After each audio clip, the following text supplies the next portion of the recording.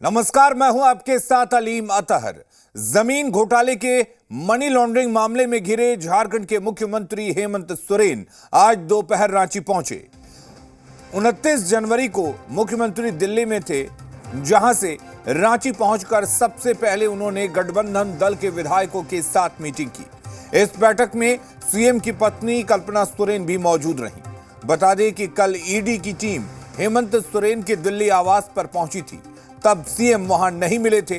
उसके बाद से सीएम हेमंत सोरेन से संपर्क नहीं हो पा रहा था। आज महागठबंधन विधायकों की पहली बैठक से पहले सीएम आवास पर पहुंचे, उसके बाद बैठक की शुरुआत हुई। आपको बता दें कि कल जमीन घोटाला मामले में सीएम हेमंत सोरेन से ईडी पूछताछ करेगी। सीएम की तरफ से मेल भेजकर ईडी को यह बताया गया है कि वो कल पूछताछ के लिए मौजूद रहेंगे।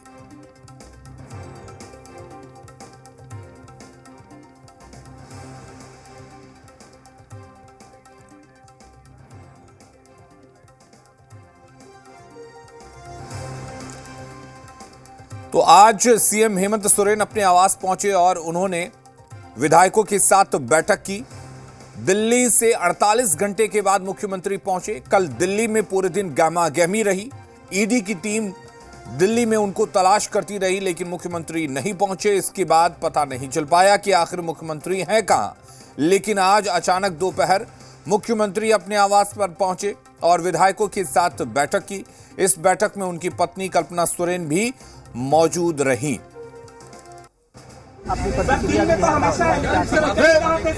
क्या दिक्कत है? किसको तकलीफ है? 11,000 रुपए का इनाम रखा गया था आपके ऊपर। मतलब क्या? सब में बांट मुख्यमंत्री हेमंत सोरेन ने 11,000 इनाम दिया। तो रांची में एक बार फिर विधायक दल की बैठक हो रही है। गठबंधन के सारे विधायक सीएम हाउस पहुंच रहे हैं। मुख्यमंत्री हेमंत सोरेन भी इस बैठक में मौजूद रहेंगे। तो बड़ी खबर आपको बता दें, शाम को सीएम हेमंत सोरेन विधायकों के साथ बैठक करने वाले थे और सभी विधायक मंत्री इस बैठक में पहुंच रहे हैं। एक बार फिर से आज ये दूसरी बैठक है जब विधायक दल के साथ मुख्यमंत्री हेमंत सोरेन बैठक कर रहे हैं। एक दिन में ये दूसरी बैठक है। फिलहाल सभी विधायक और मंत्री सीएम आवास पहुंच रहे हैं। और सबसे खास बात यह रही है कि रांची में सुबह विधायकों के साथ मुख्यमंत्री हेमंत सोरेन की बैठक के दौरान उनकी पत्नी कल्पना भी मौजूद रही। आपको बता दें कि ऐसी चर्चा है कि कल्पना सोरेन को पार्टी में कोई बड़ी जिम्मेदारी दी जा सकती है।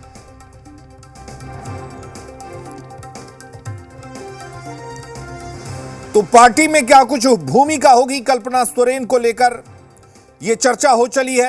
क्योंकि आज विधायकों के साथ जब मुख्यमंत्री बैठक कर रहे थे तो इस दौरान कल्पना सोरेन भी मौजूद थी।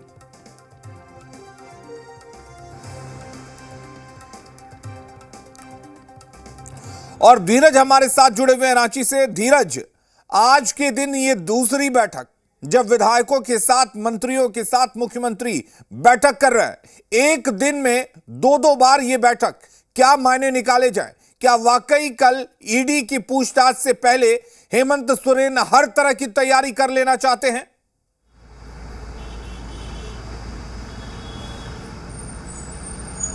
बिल्कुल सही कहा आपने, लेकिन मैं पहले आपको तस्वीर दिखाना चाहता हूं सीएम हाउस का। ये सीएम हाउस है, देखिए यहाँ पर जितने भी विधायक हैं, चाहे वो कांग्रेस के हों, जेएमएम के हों, माले के हों या आरजेडी के हों, वो सब यहाँ पर पहुँच चुके हैं और जो बैठक है वो शुरू हो गई है। सीएम हेमंत सोरेन की अध्यक्षता में ये बैठक है। लेकिन सबसे बड़ा सवाल आज जो सियासी हलकों में है, आज जो चर्चा का सबसे विषय है वो ये कि आज पहली बार कल्पना सोरेन, जो हेमंत सोरेन की पत्नी है, वो विधायक दल की बैठक में शामिल हुई। उसके बाद से ये सियासी चर्चा है कि क्या कुछ बड़ा होने वाला है। चूँकि कल ईडी पूछताछ करने आने वाली है, दोपहर 1 बजे का वक्त दिया गया है और उससे पहले सारे रणनीतियों पर जो जेएमएम के वरिष्ठ नेता हैं या खुद हेमंत सोरेन हैं या फिर दूसरे दल के बड़े नेता हैं, कांग्रेस के, लेफ्ट के या फिर आरजेडी के, उन सब से सलाह मशविरा करके आगे की रणनीति पूरी तैयार कर लेना चाहते हैं ताकि जो प्लान बी है वो सही चले अगर कुछ ऐसी परिस्थिति बनती है। लेकिन जब तक ये भी है ज़रूर अलीम कि जब तक कोई खबर सामने नहीं आती है तब तक सिर्फ कयासों का चर्चा और बाजार ही गर्म रहेगा। लेकिन धीरज, जिस तरह से कल्पना सोरेन की भूमिका की बात हो रही है कि उनका क्या कुछ रोल हो सकता है, तो क्या उनको पार्टी में कोई रोल देने की इस वक्त जरूरत है या फिर तैयारी है, या फिर सत्ता में उनकी किसी भी तरह की उनकी भूमिका हो सकती है?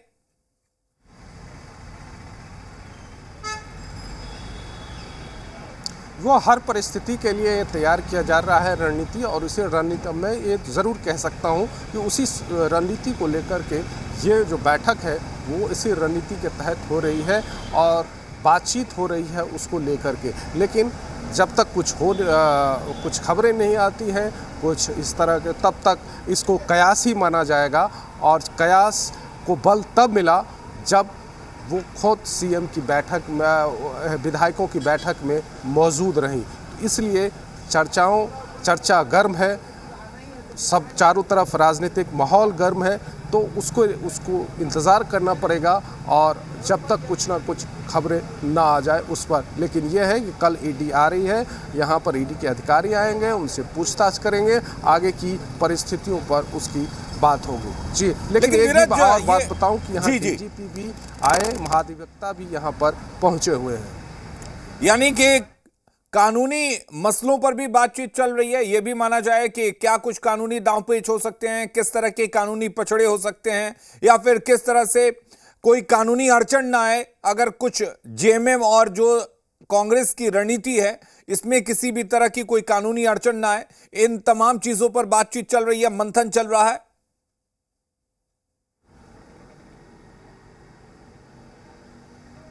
जी बिल्कुल, उसी पर चल रहा है। अगर कुछ ऐसी परिस्थिति बनती है, चूँकि बहुमत इस सरकार के पास पूरी है, तो इसलिए उन तरह के कानूनी पेंच तो आने नहीं चाहिए, लेकिन फिर भी उन सारी विकल्पों पर एक चर्चा होगी कि आगे की रणनीति क्या होगी।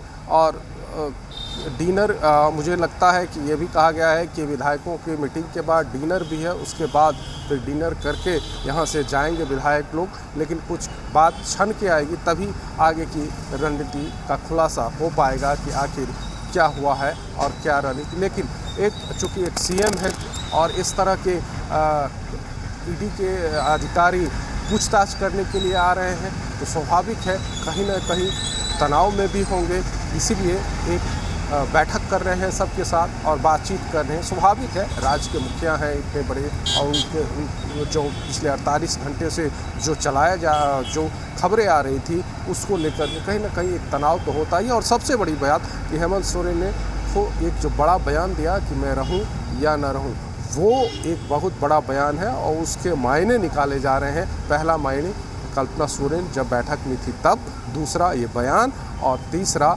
कि जो बैठक जो अभी हो रही है, इन सब बातों को निकलकर आप समझ सकते हैं कि आगे क्या हो सकता है, जिस पर हम लोग बातचीत कर रहे हैं। चलिए धीरज, जिस पर बातचीत करेंगे, जाहिर सी बात है जिस तरह की हलचल है उसके बाद सियासी बयानबाजी भी तेज हो गई है, तरह तरह के बयान सामने आ रहे हैं। विरोधी हेमंत सोरेन पर निशाना साध रहे हैं, तो हेमंत सोरेन की पार्टी विरोधियों पर निशाना साध रही है कि किस तरह से हेमंत सोरेन को फंसाया जा रहा है या उन पर जानबूझकर इस तरह की कार्रवाई की जा रही है। वो बयान सुनाते हैं।